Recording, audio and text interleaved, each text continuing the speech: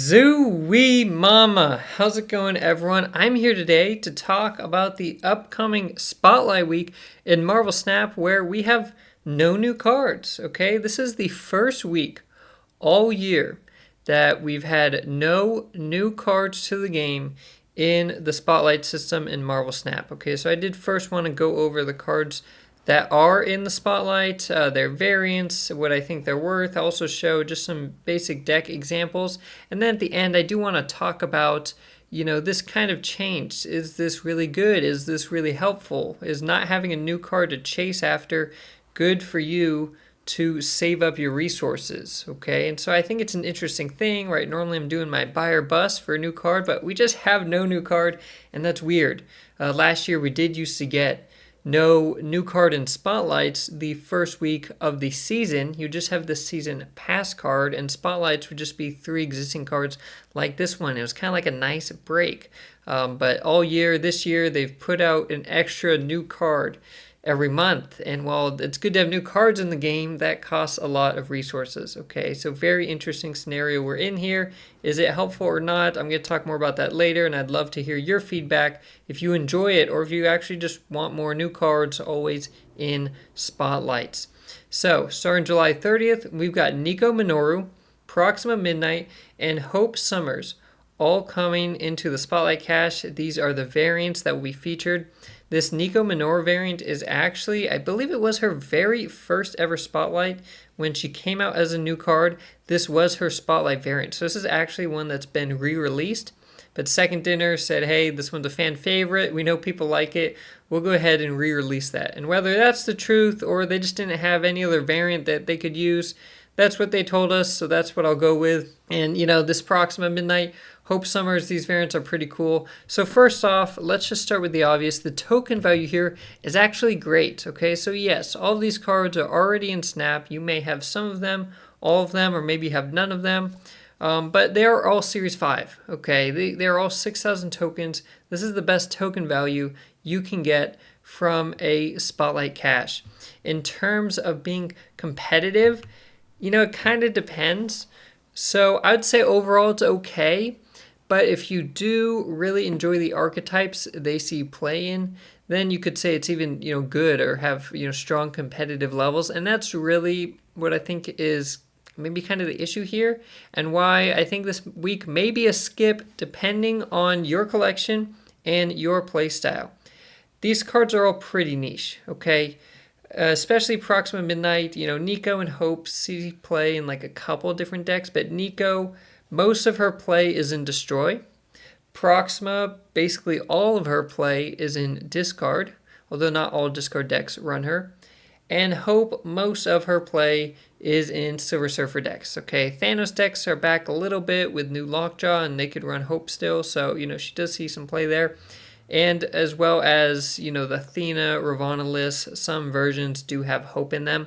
But the majority of her play is in Silver Surfer. So if you do like those archetypes, then these cards might be really good for you. Okay, if you like Silver Surfer but you don't have Hope, this may look like a really attractive Spotlight week to actually spend keys on, even though there are no new cards. Okay, if you have the rest of the pieces for Destroy but you don't own Nico, this could be really good.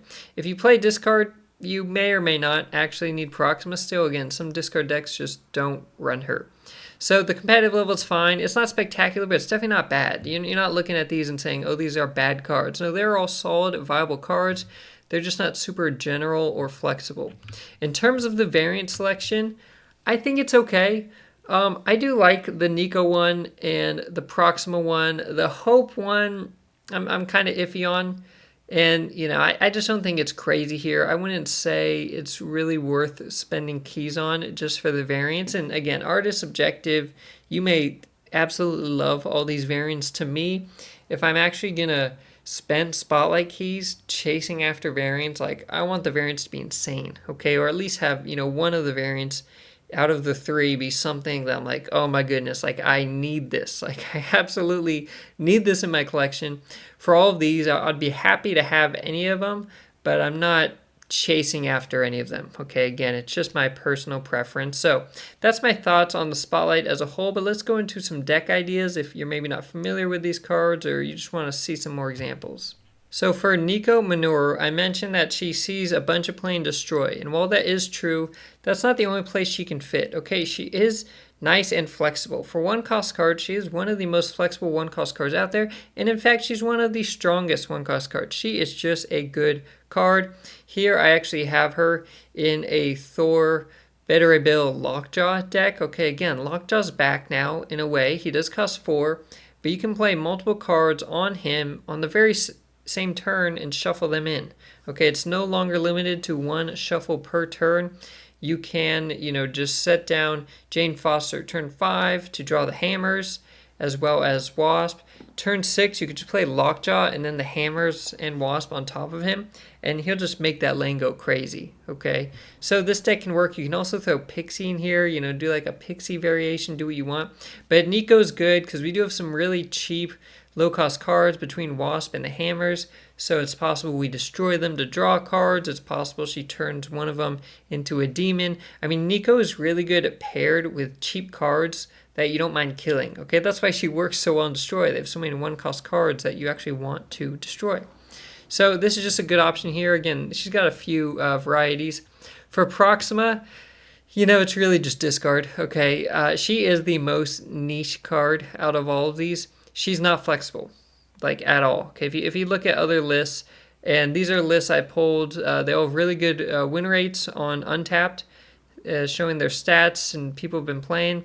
There's really nothing else for Proxima that looks viable. Okay, there's nothing else that's really competitive. It's just a few variations of discard where you are trying to do the collector, get the swarm discounted, they power up collector, you discard helicarrier, that powers up collector, you've got Corvus and MODOK, just a mass discard, right? You even get the Dracula down with the Apocalypse power, so pretty standard, straightforward discard deck here. For Hope Summers, again, her two main decks right now are Silver Surfer and the like Thena, Ravana list type thing.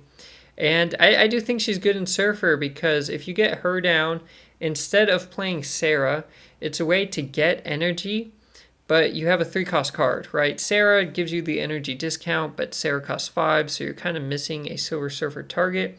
Here we've got Hope, and we also have Makari and Gwenpool in here, the Season Pass card.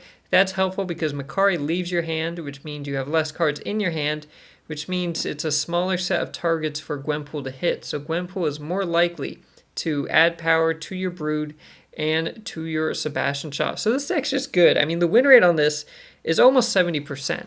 The average, it's like 67, 68. I mean, it is nuts. Silver Surfer, honestly, is in a good spot right now. And if you don't have Makari or maybe you don't have Nocturne or Red Guardian, like, they're flex spots, okay? There are so many viable 3-cost cards you could put in their place. So Hope Summers is just a good addition here. But you don't need her necessarily, right? You could play Surfer without her, but she is really good at replacing kind of the Sarah role. So in terms of the spotlights overall, if you don't have Nico, I would say she is the biggest incentive here to chase after. If you don't have Nico and you don't have Hope, I'd say, yeah, the Spotlight Week looks really good, okay? But if it's just that you don't have Nico, maybe it's worth it. She is worth, going after a bit. If you just don't have Hope, I don't know. If you do really like Surfer, then okay.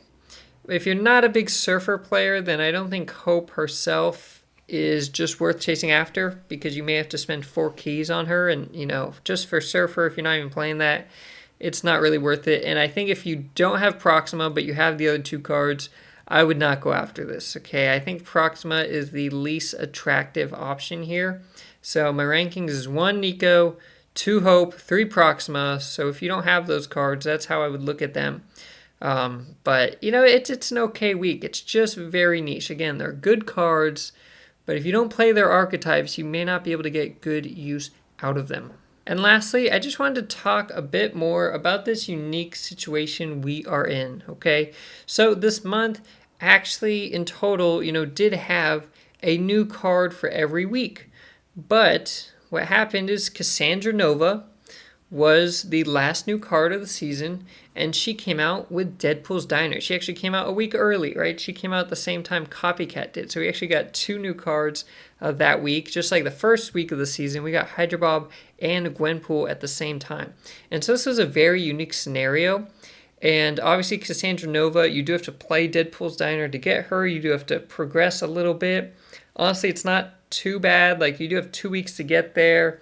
It's a cumulative total score. Even if you lose your bubs, you know, your total score in terms of progress never goes down. It only goes up. So I think most players that do just play a decent amount are going to have Cassandra Nova. Okay, so it's really good. It's really good for your resources too. I mean, you're spending time to play, but you don't have to spend your spotlight keys to get her, and you don't have to spend your tokens, your collector's tokens.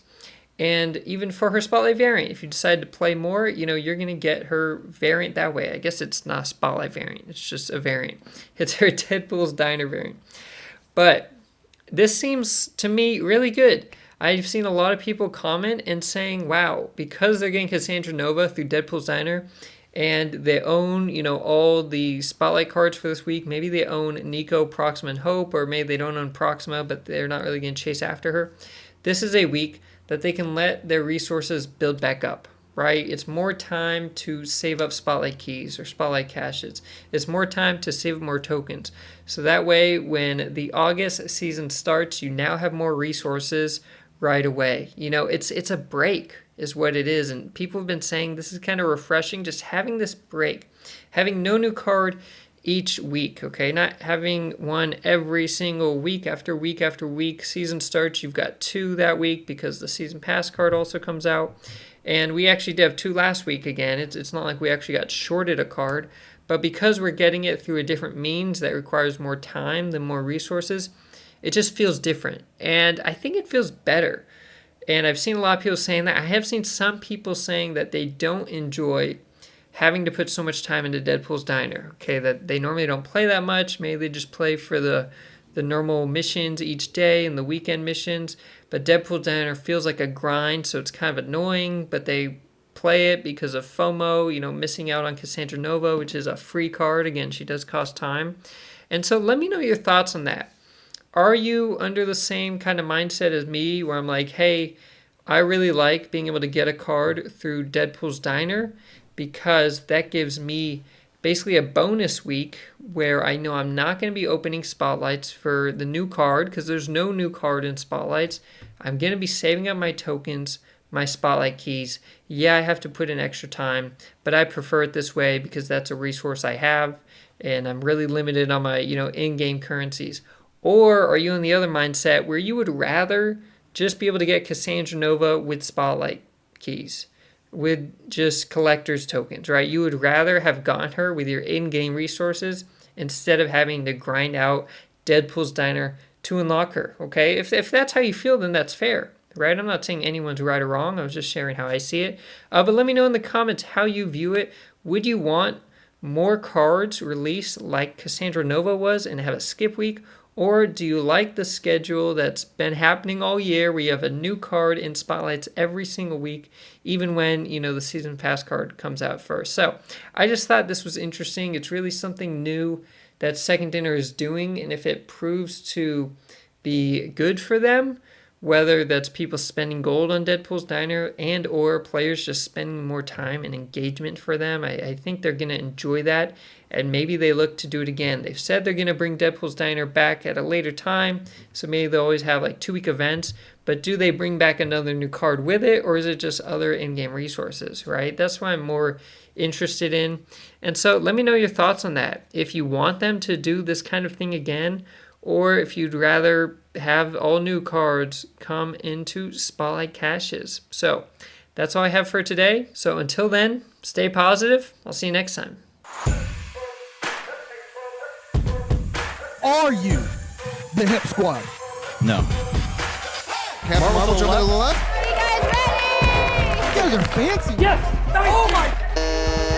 That's 3 strikes already. Team Yellow wins Snapperty. He has gone undefeated in the ring. Taking it back home with me, ladies and gentlemen. That created a very interesting meta. It's going to be epic. We got some awesome competitors here. +1. Misty Knight going to the right. Goes right. Gets him over the Gonna top. win it. And Rocco Sacco wins it in an amazing final game. Rocco Sacco is your SnapCon 2023 champion.